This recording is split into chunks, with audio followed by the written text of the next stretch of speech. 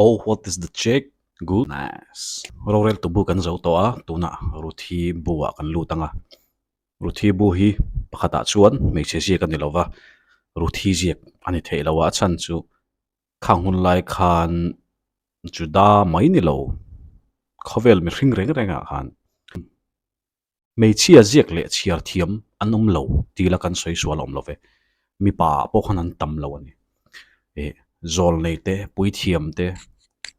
khatiang enge niang tin hun sang chel kha an ni ngot lo chuan chuwang chuanin juda ho chuan an talmuta phei chuan hengte po hi zol nei samuel aziak vek ani e antia kha chu thil poimo nilo ma se a ming putu siak em hi kan ti zela bethlem judai rama bethlem ti lungaran leng tan ta ni bethlem judai rama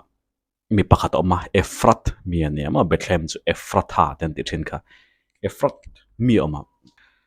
heng an hun lai hi man lai kha vanile an suidan phe chon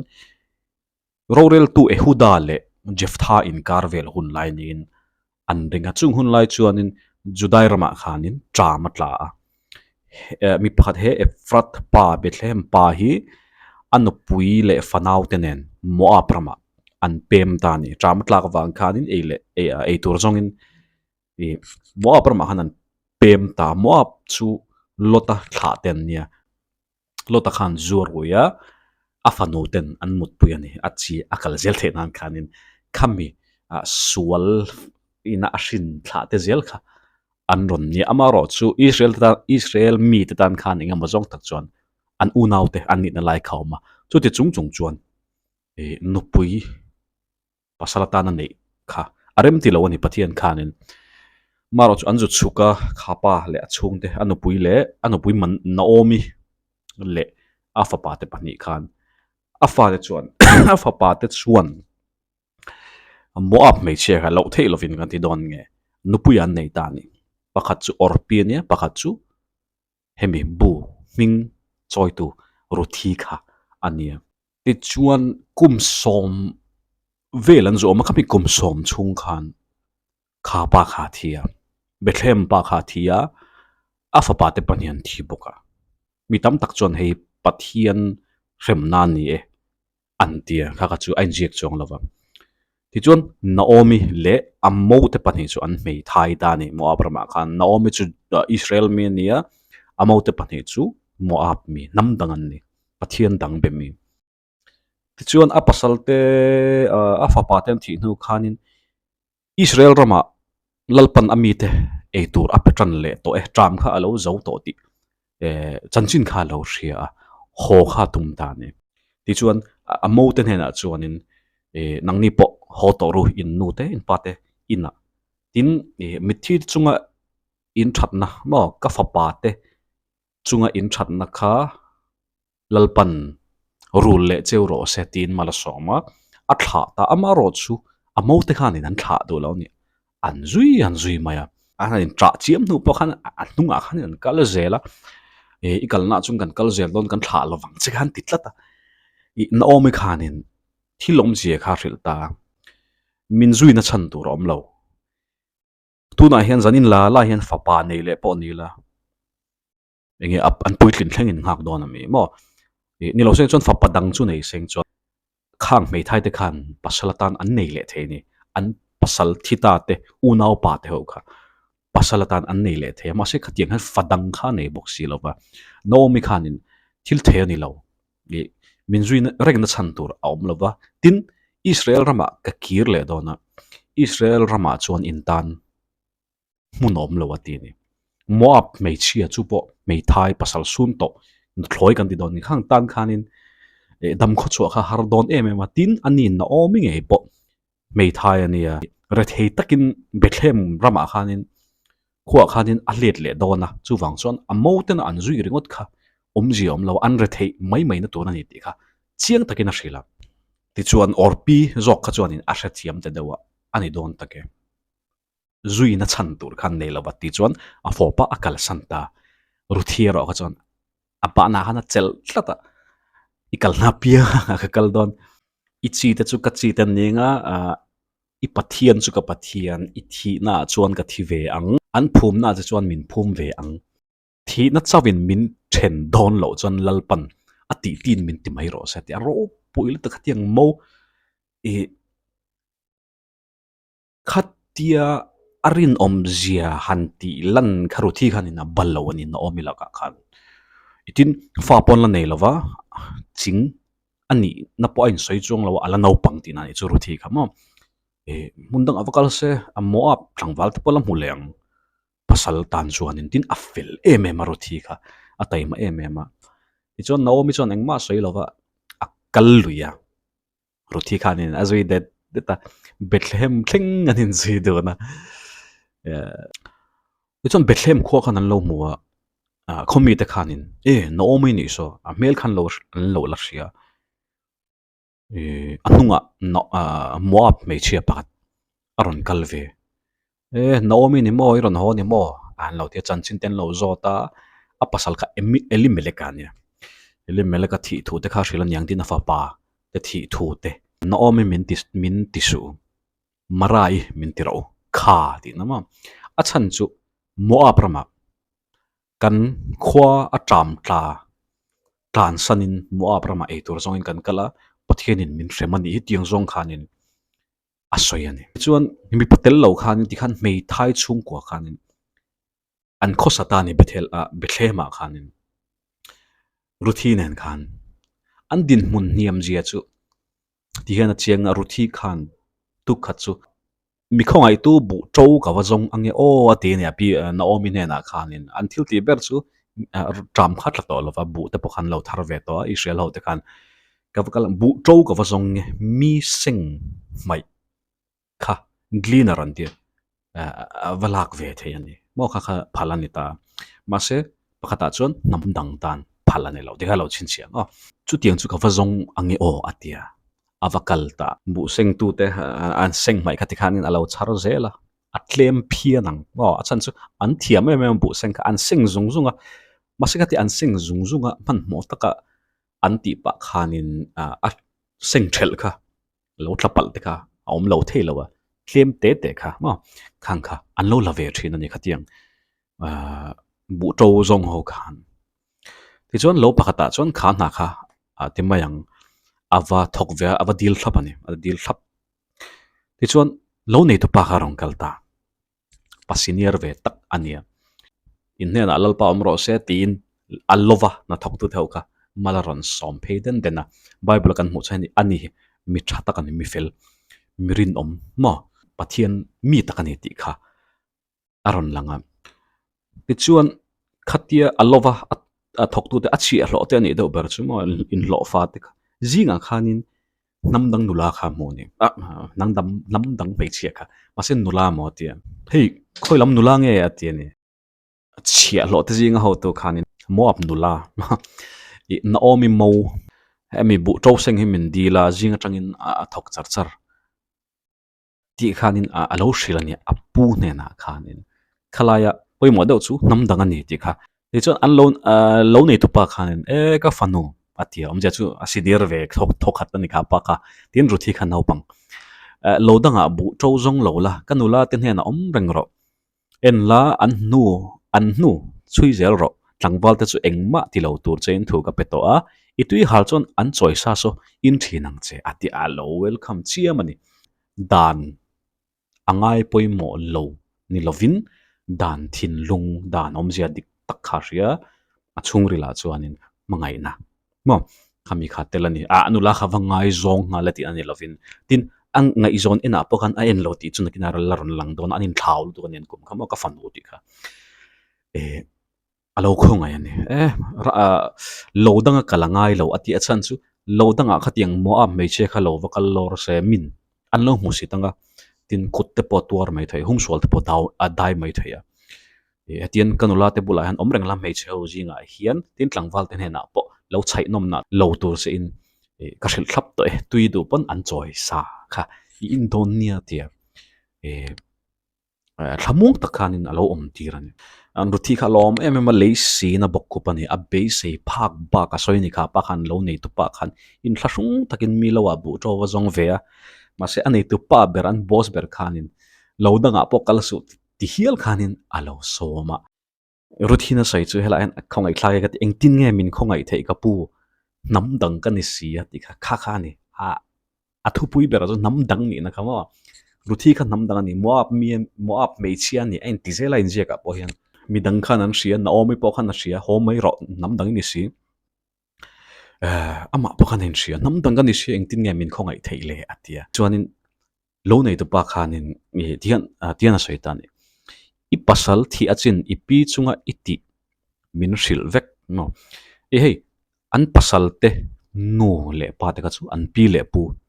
ti hlir nei je ni bible a chon mo atun lai chon nu le pang pon kan lo ko moi thea ma ro chu bible a chon a pi na o mi hen ti ni ipi chunga I that ji te kha ka lo hreve ka lo ma tia kha lo nei tu pa khanin tunge he nu la he ti khanin nge neng a hrelo ni lo a zo an zot chin mai khan lalpan ithil ti rule sela lalpa Israel te pathian thlat nuai iron chu a chuan I that man pe treu chero se atia mala lo so mani ifel zia ka lo hra to a Israel rama iron kalna chan tur dangi nei lova be sei tur om vak lo mo pasalina thi san to che a ipi na omi ron zuya amaro chu kan pathian Israel te pathian thazar iron belve tophi kalosia chuwang chon lalpan mal som zero se alo te ni chuwang chon ani ka khongai che mo pathian ai o in khalo nei tupa khanin ruthi kha awa khongai thani ti chuanin an thok zela choi alo huna cho chun asom ni ruthi kha khatiang po khan tingai lo ani ta ka ti tur po ni lo ani namdang asoma cho khan kil hawa changte hi eila wain thura chiaro atia mi khualang khan ina tri tani ruthi khan a eya in thlasung takhan eya sira han lo thu a e bang ta chewa ain tia puar takina e lo ani mela a e banga a paya ni mo akru ani ruthi khanin ti chuanin khami chung khanin lo nei tu pa khanin bu phaljing mi po char zel sela house u atia tlangwal tin na khan a telami te po chua sakula nut sia zel ru atia tik kha hai de oni inseng sa po kha ruthi na alak thei turin da zel ru pe kringot khachu do lo a thok ve tur ni a char ve tur ni ruthi khanin mo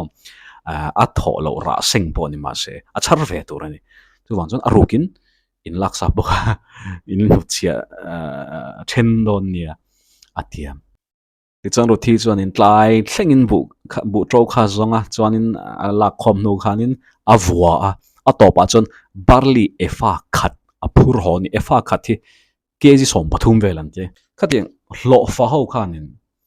an bu seng kha an ta tur ani lowa lo nei tu pa ta tur ani chu ta tang chuanin lo khan nei ve thinang keji khate moni khan chang ve mai thei keji ni emoni temo ni khat ei khop vel kha ruthi khan ani ma sabera khanin bu tro zong khan keji som pathum vela hon ani karni vel thal chu an pani zo be ka chanin an derin an he dana zira to ponya amaro chu nitin in hlofa ai khanin le tam tak khanin a hon ne mani ti chon awa ho phur ho to pi khan makalo ti khop maya barley aron hon to me chuta chapa chuan lowa an choi an refreshment an cho chhun a e bang ta chawati kha a ru kha a pi kha petani kham kha wang khan ani alo a e ban ni ma a ril ro khan chotui tak lo nei tu fel tak ne na katia an e kha a ril ro khanin midang khan lang lo ni kapin e ve se o ti kha lang chu kha mangai em ani ti kha lang ta ni mo thil tui kan nei chuan kan ril ro chu chuan e ve se o kan ti te chu min ran ani thei lo ani ho kha va hon sak thlap maya nomi khan alo lom khom me alo shedu tu che chu mal somin amro se ti a tunge ni kha shelo an mal som le ta ruthi khan soi ta ni ka va tho na pa chu aming chu boza ni atia nomi khan boza te chu kan hrial kan lai chin hnai lom kan chung te ni chu ka pasal elim meleka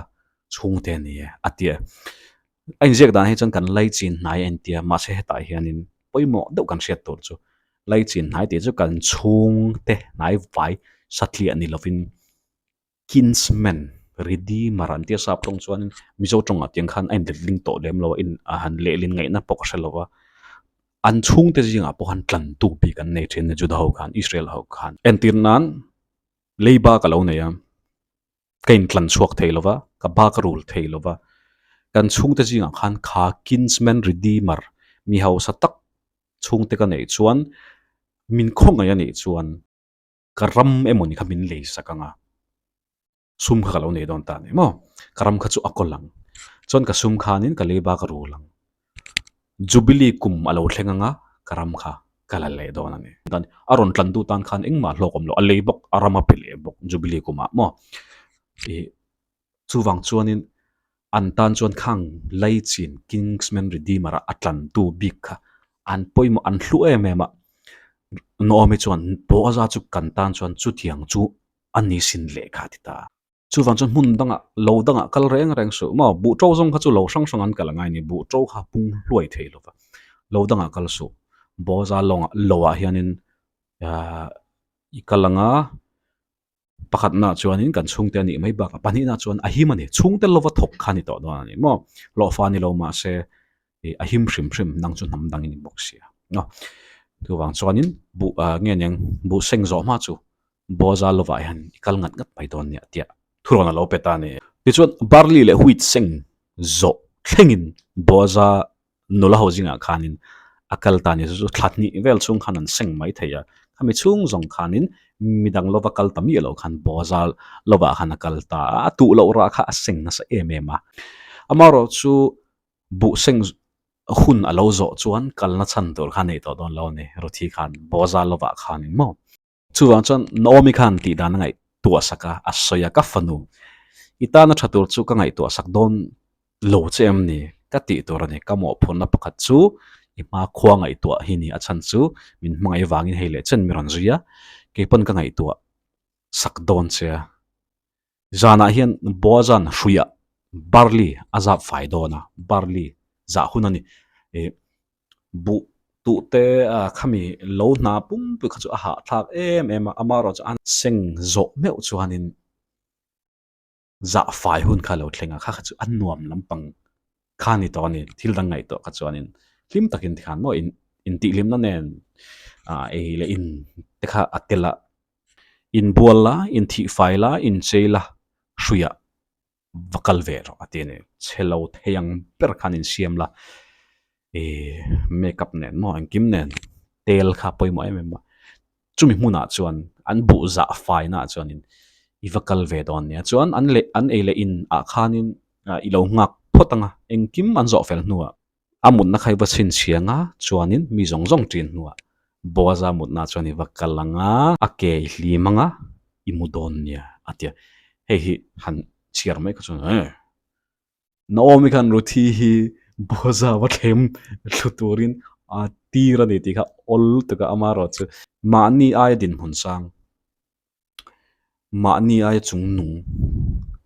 muhil kai tho dan chu an ken lim sak thin ni chan chu zana khoilai mani pon an mut pe chuan a vot dona puan an sin nge yanga ke an lim sak khan ke vo hian mihring hi kan har sam bik ta vasoi kha rem lawani mei chetan pe chuan hen mo nam dang leng hal chu wang chuan vakai tho dan za omber chu a ke va lim sak khani ti chuan a ke bula chuan i mudon nia ti chuan ru thi chuan a isoi piang chu ka thienge atia avakala buan lo za file lim ma chon ya an in hova ti chuanin chial ho te khamun sang sang kala bo za te kha chu alo nei to pani wang khanin mi hau savio e ti lo khan a thil tia khan a tui a e zon na khan bu vum bula khanin a mu ni bo za ber kha mu nu na a veng ani ti chuan ru thi chu vakala a ke kha va hlim sakta ni ti chuan bo za kha aron hara a lau ta ni enge mon le ti a ke bula han enge om kha hre si lo enge mon ni ron mu ui ka nei ga hre si lo ui hian min ngai na vio ma se ati le lam kha hoya aron chile thina ru thi azuk en ching khan in mei chia kha lo mu tunge aso tia ru thi khan en puang ta ni ru thi ka ni elai han trong kam kharon mang le ipuan mi zon ro ilai chin nai kan ni atia mi mut pui ro ti mai na kha chu anga tin lo ni po di se kha kha chu a soi dan pakatan ni maya adang karon soyanga i thla zar ro ka chunga hianin ilai chin nai kan ni sia ati na angani achan chu ruthi khan enge mamo mi va mut pe va rai ringot khan ni lo wa thil tum kha son va pai ringot khan in ama tan eng mani lo om zia nei tak tak lo ama le no mi tan khan mi rama oma nam dang mi ania kha kinsman redeemer kan ti ma unlike chin zinga an ma ni tlan thei tu tur kha ava bel ani chu wang chon i thla runzar ro ka chunga hian kalai chin nai ni sia tiang zong in an soi thina min mu puiro ati tiang zong kan lo ngai ni pon angai thei thowa khang hun lai ngai tua chuan in thil mak tu kan ni lovang kan mi zo lian chiari chanchina te po kha tiang kha tam em mani hanin thlem de dot te kha ama ro chu kan han chiar zel khanin ang lo ani abula va musi lo ke bula mu tin vat thlem mut puya ta na vat thlem chu ni se ta han boza hian tiang tong kam hi man rin om lowa ka fanu lalpan mal som chero se mo tu nge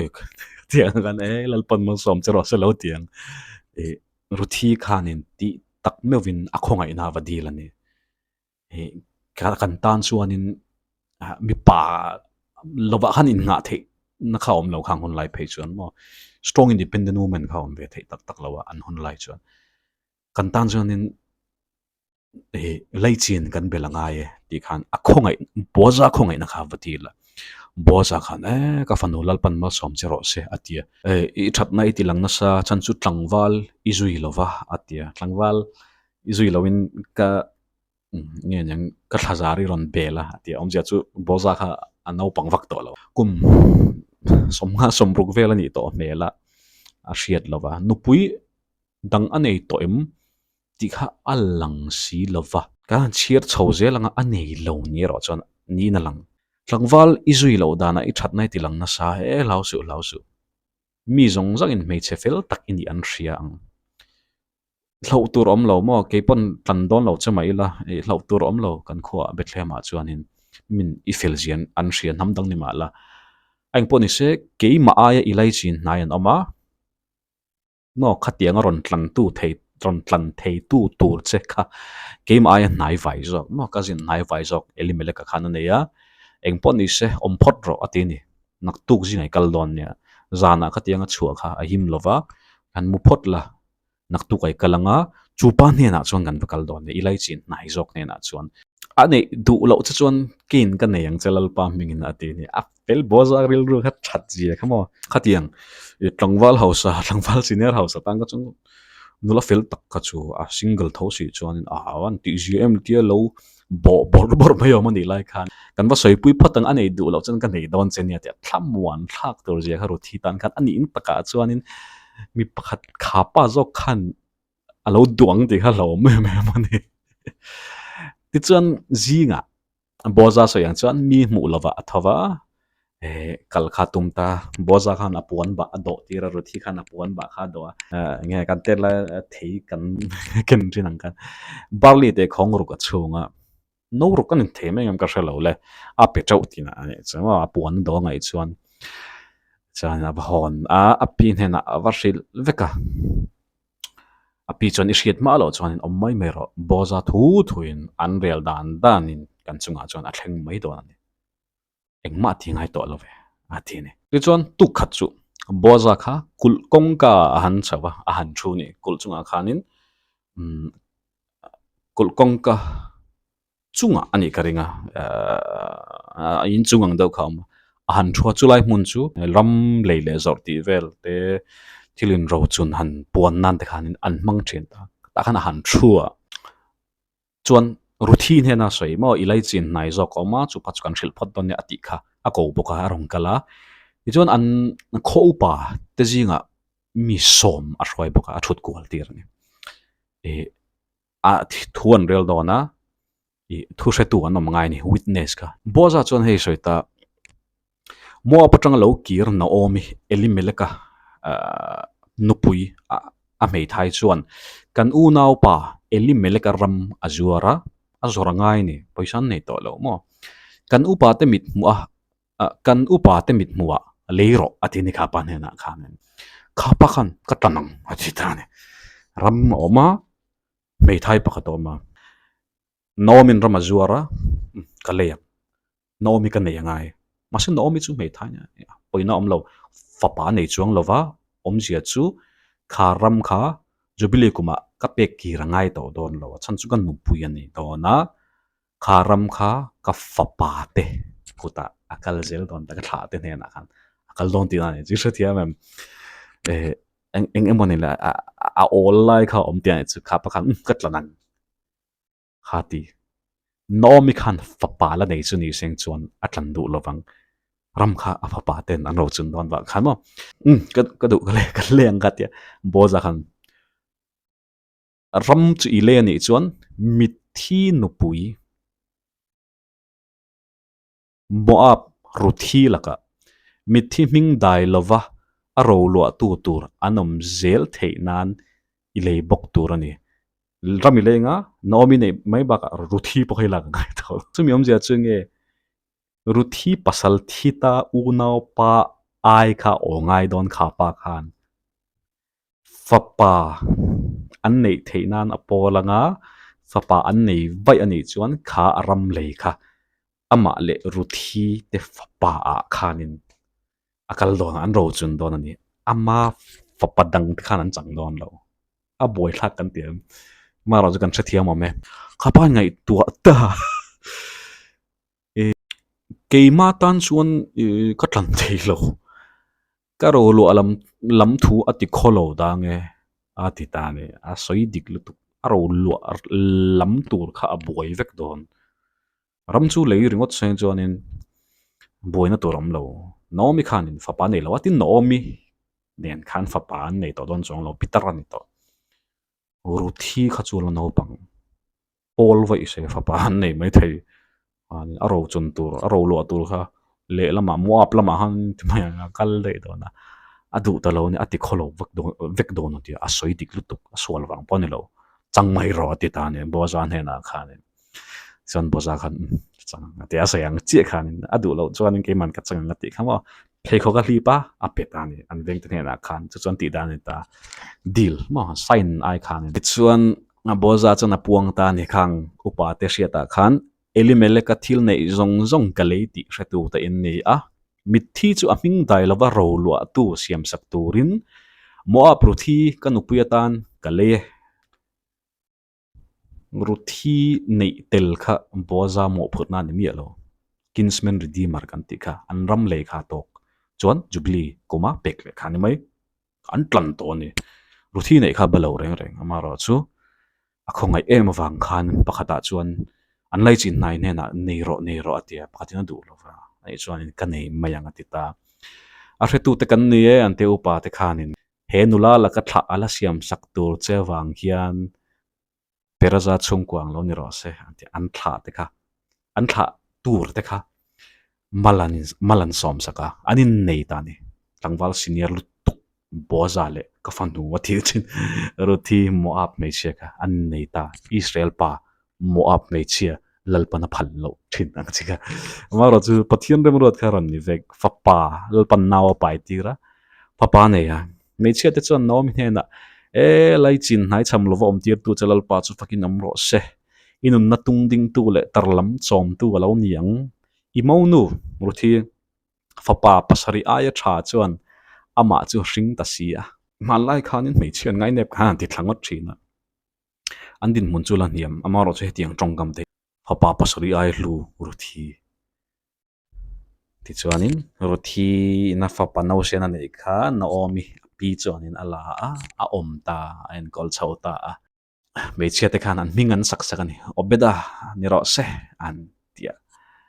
ti chuanin boza le ruthi kha chanchin kha love story satlianga kan ngai mai thaya boza israel pa bethlehem pa le moab nula nu thloi mai thai kan ti don nge mo ruthi khan fapan ne obeda fapa chu jesaya fapa chu lal Davida karon itani lai namdang nula pasal sun lim khan api na omi karon zui ngat ngat lo seng chuanin engkim kamo ain thla chon dan kha adang lam vek don lal Davida lo pian tur kong khan ye lal Davida tang tung ron piang iso ron piang ane Israel pale namdang me che tangin chu mai ni lo a boza achang tu pa chu tunge Salmon nu pui boza nu chu tunge mathai khana ziaka Rahabi Jericho kul atanga Joshua atir en thatu ten an chan chua no chi zuar Rahabi kha boza nu di engkim kawan thun som le vekta ni chuwani ruthi bu hi mo chiar tlang mai chi khani lo e rorel tu le malam jong Genesis thleng le tuna lal hun ren tran don ta khammi pot khom tu kha he nam dang dula Israel pa ma eng tin nge nam dang kan sia min khongai thei le ti tu le no chi zuar fapa boza anin nei na tangin an thla te ze la Israel te zing lal ro pui ber kan te theng chu lal Davida ron piang lal Davida thla kal ze la kan sandam tu Isu Krista ron piang ane thank you very nice ale peka chuan heng zong ro rel tu bu te tiang ho ziak tu zol nei Samuel chanchin kanon sai chawanga thank you very good nice listen to that